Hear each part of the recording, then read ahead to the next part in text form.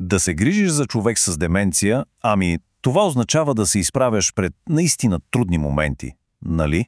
Моменти на безпокойство, които понякога изглеждат просто непреодолими.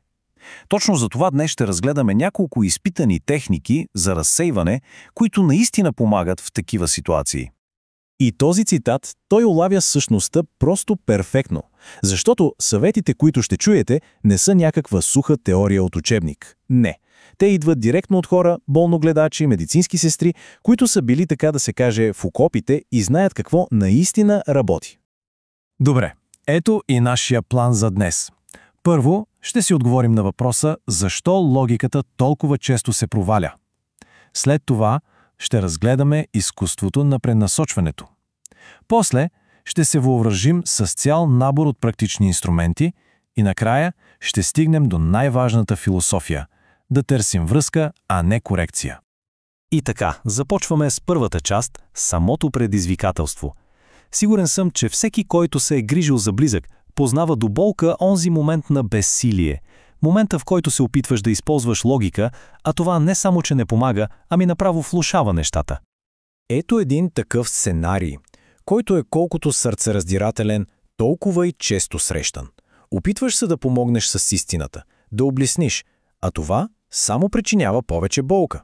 Но защо? Защо се получава така? Защото проблемът изобщо не е в спомените. Проблемът е в физическата промяна, която настъпва в мозъка. Тази илюстрация показва много ясно защо. Вижте разликата. Сравнението между здравия мозък и този, който е засегнат от тежка деменция, е просто поразително. Вижда се едно екстремно свиване на ключови области – кората на главния мозък, хипокампуса. Искам да е ясно, това не е просто забравяне. Не, това е реално физическо увреждане, което буквално унищожава способността за логическо мислене. И така, стигаме до ключовия извод. Да се опитваш да спориш с човек с деменция е, все едно да се опитваш да отключиш врата с грешният ключ. Просто няма как да стане. Защото самата болест е повредила инструментите, с които мозъкът обработва логиката и разсъжденията.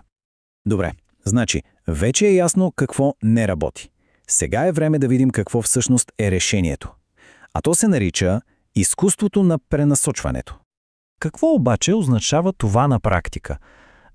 Много е просто. Вместо да се противопоставяме на реалността, в която човекът се намира, ние просто сменяме темата. Целта не е да докажем, че някой греши. Изобщо. Целта е да му помогнем да се почувства по-добре, по-спокоен. Има 3 ключови стъпки, за да работи това. Първо, оценете средата. Огледайте се, може би проблемът е нещо съвсем просто, като, прекалено топло е или пък е шумно. Второ, и това е може би най-важното от всичко, валидирайте емоцията.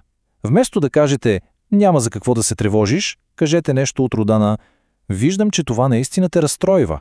Така показвате, че сте на тяхна страна. И трето, разбира се, не спорете, просто пренасочете. Добре, след като вече разбираме основния принцип, е време да отворим, така да се каже, кутията с инструменти. Сега ще разгледаме няколко изпитани в практиката хитрини, които можете да приложите буквално още днес. Първата хитрина е дайте им задача. Всеки от нас има нужда да се чувства полезен, нали? Да има някаква цел. Една проста, повтаряща се задача, като например да се сгъват кърпи, може да бъде невероятно успокояваща. Тук изобщо не става въпрос за перфектен резултат. Важното е ръцете и умът да са ангажирани с нещо познато. Това връща чувството за достоинство. Ето и един коментар от медицинска сестра, който е просто прекрасен. Толкова е честен и с такова страхотно чувство за хумор. Той илюстрира идеално, че целта е да се намери задача, която е хем смислена, хем, разбира се, безопасна за всички. А сега ето как можем да направим тази техника още по-ефективна, като я персонализираме. Помислете за миналото на човека. Какъв е бил? Бивши инженер може да намери огромна утеха в това да разглежда технически наръчници. Медицинска сестра пък може да се успокои, докато подрежда празни формуляри. Защо? Защото тези задачи се свързват с едно много дълбоко, вкоренено чувство за идентичност и компетентност. Добре, следващата хитрина може да изглежда малко противоречива на пръв поглед, но е изключително мощна. Просто се присъединете към тяхната реалност. Да, точно така. Ако, например, близък човек настоява, че трябва да отиде на работа, вместо да спорите, просто кажете: «О, днес е почивен ден, забрави ли?» Това се нарича терапевтична лъжа. Целта не е да се мами, а да се предотврати ненужно страдание. А този анекдот е просто гениален пример. Представете си ситуацията. Вместо да се защитава или, не дай си Боже, да се обиди, сестрата просто влиза в реалността на пациента. Това е брилянтен ход. Той обезоръжава цялото напрежение и изгражда доверие. Сякаш казва: спокойно, аз съм на твоя страна. Понякога, когато думите и логиката вече нямат никаква сила, сетивата остават като един отворен път към душата. Помислете за това. Музика от тяхната младост, нежен масаж на ръцете или просто усещането на слънцето върху кожата. Тези простички неща могат да донесат такова спокойствие на размирния ум, каквото думите никога не биха могли. А ето и една фраза, която много болно гледачи описват като почти магическа. Думите «Шшт, бебето спи». Невероятно е, но те често задействат един много дълбоко вкоренен родителски инстинкт и могат да прекъснат цикъл на безпокойство и възбуда почти мигновенно. И то без никакъв конфликт. И така, разгледахме инструментите. Сега обаче е време да поговорим за философията, която стои зад тях. Защото всички тези хитрини не са просто за управление на поведението. Не, те са за нещо много по-дълбоко. Този цитат, мисля, казва всичко. Зад всяко едно трудно поведение всъщност се крие някаква неудовлетворена нужда. Може да е болка, може да е страх, самота. И нашата роля като грижещи се е да бъдем нещо като детективи на сърцето. Да се опитаме да разберем каква е тази нужда и просто да покажем, че сме там, за да помогнем. И може би това е крайната истина. Всички тези техники, за които говорихме, те са само мостове. Мостове към човека, който се крие зад болестта.